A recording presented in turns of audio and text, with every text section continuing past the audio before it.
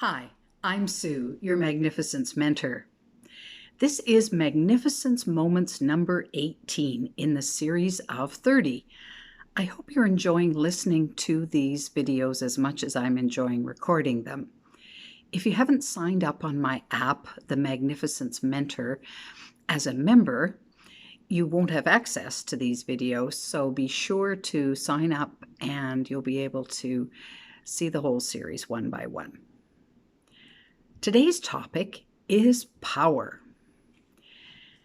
So I'm really going to focus on personal power today.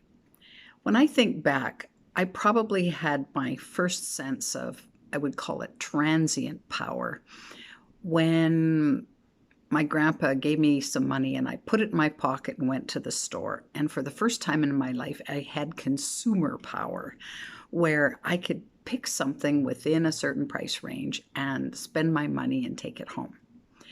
Most of the power that we have in our lives is very transient. The first time I babysat my younger brothers, of course, I had a little power over them because I was in charge.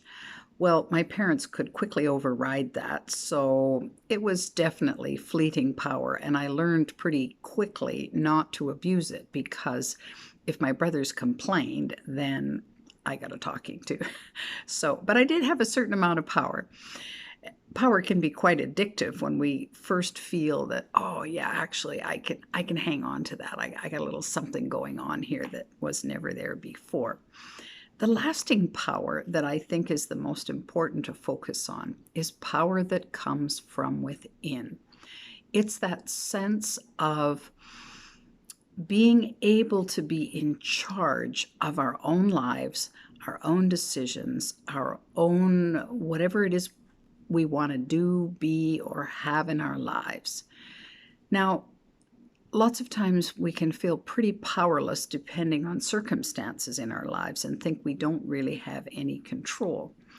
When I track that back for me, my sense of power and the level of it came from how worthy I felt and also how well I trusted myself in the face of that power. Of course, as I got older and got more experience in me, I began to understand that the better I felt about myself, the more power I began to feel. And also, the more I realized that it was really a factor of how well did I trust myself. And the more I began to trust myself, that my decisions were correct, that there were no accidents, that really synchronicity was at work with me. And of course, I began to trust in the blessings of the universe too, because as I went within, I learned that cooperation that's universal for all of us is right there for us. We're not alone. But it's trusting that things will work out for our absolute highest good. So that took a little more work to get to the point where I really understood that and began to embrace that. So Neil Donald Walsh said in one of his books, if you don't go within, you go without. Well, I think that really relates to power. If we don't do that inward journey and really explore where that power resides in us, how much of it we feel we have, how much we believe we deserve, then it's hard to get a handle on that. And it's hard to go after the power that we really deserve to have, that's there readily available for us. So let me give you a little exercise you can do with power. First of all, go to the articles section of my app, the Magnificence Mentor, and look for the one that says Be Your Own Best Friend. In that article, you'll find several exercises that will really help you do some inward searching to determine who you really are and tap into the power that's just already there and available to you.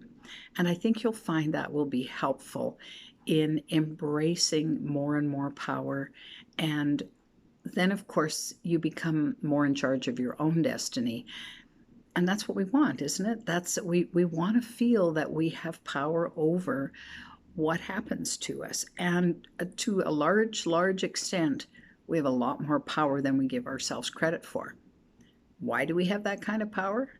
Well, of course, because we and you are magnificent.